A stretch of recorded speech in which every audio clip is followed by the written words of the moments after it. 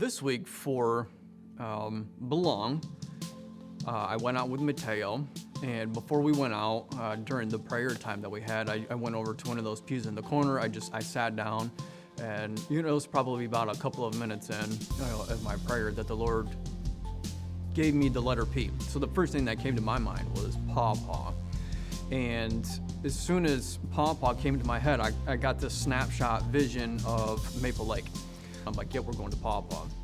So it's like, all right, cool. We're gonna, that's where we're gonna go. But he didn't get anything. We asked Jamie and Melissa what they had gotten and where they were going. They said Pawpaw too. So we carpooled to Pawpaw. So what we did was we went there, we parked. I'm trying to get our fishing poles hooked up. As I'm still putting the fishing poles together, this one lady comes walking by. She has a German Shepherd, catches Mateo's attention. He introduces himself, says, hey, like your dog. Your dog's really pretty, starts petting the dog. They kind of kick it off in conversation. So I go over there. I start petting this dog too. We engage in conversation, introduce myself. We talked about our dogs for probably about 10 to 15 minutes. And then I started getting into like some of my military history and some of my experiences in there. And then I was telling her about some of the things that I had gone through. And I told her about, some of the lower places that I had gotten to during that time. And then how the Lord had brought me out of those lower places. Because what she had said was, yeah, I can, tell that you were in the military, you're kind of a direct guy. She's like, but I can't tell that you have had anything done to you that makes, or that would make you kind of come across as like you having actual issues like, you would typically see. So that's when like I said, that's kind of when I got into my testimony in a way. So after that, she asked me, she's like, hey, what church do you go to? That'll actually happen quite a bit, like after we start sharing, we have those interactions, a lot of people will be like, what church do you go to? So I told her, I said, we go to the church Keeler, and I was like, and coincidentally, right now we're actually out on like an outreach type of a evening.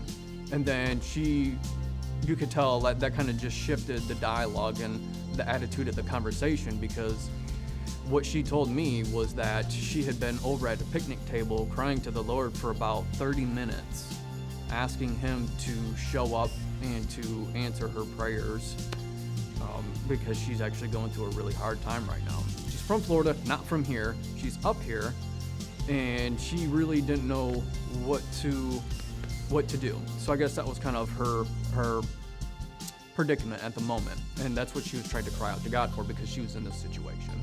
So I told her, I said, because, you was over there praying for 30 minutes, and I told her, I said, as a part of our outreach, before we go out, we pray. And I told her, I said, this is where the Lord told me to come, was to come here, and he gave me a snapshot vision of Maple Island. I said, so what this is called is a divine appointment. So she basically broke after that. So once she realized that somebody else's prayers met up with her prayers and that God had set us up for this divine appointment, and then she knew that this was for real. So what ended up happening was we gave her a Belong card.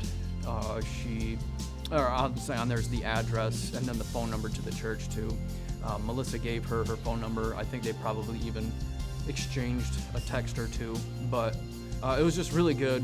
One thing I do want to say about this is every time that I've gone out, hasn't been, I guess, I try not to set any expectations on how I think things are going to go, but what it's been is the Lord setting me up, and Mateo every time I go out. So Mateo and I up for people who have already given their lives to the Lord, but they're just in really tough spots, and they've been praying for God to kind of, give them an answer in their current struggle.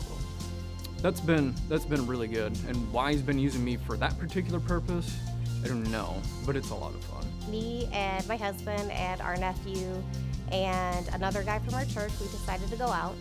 We went to the park in Pawpaw, and when we pulled in, I had seen a guy. He was digging in the trash looking for cans. So I knew he was obviously having a difficult time. So I felt like the Lord was telling me to go and bless him with some money. So then I asked my husband if he wanted to go with me. So we went and approached him and told him that God directed us to him and wanted us to bless him. And we asked if he was having a difficult time, if he was homeless. He said he wasn't homeless, but they were struggling. And so we blessed him. We were able to pray for him. He had a lot of confusion. He had a lot going on in his life, a lot of past traumas, so we were able to pray for him. We had a really good, long conversation with him. And we're going to take him some food today and give him a Bible. So, yeah, that was great.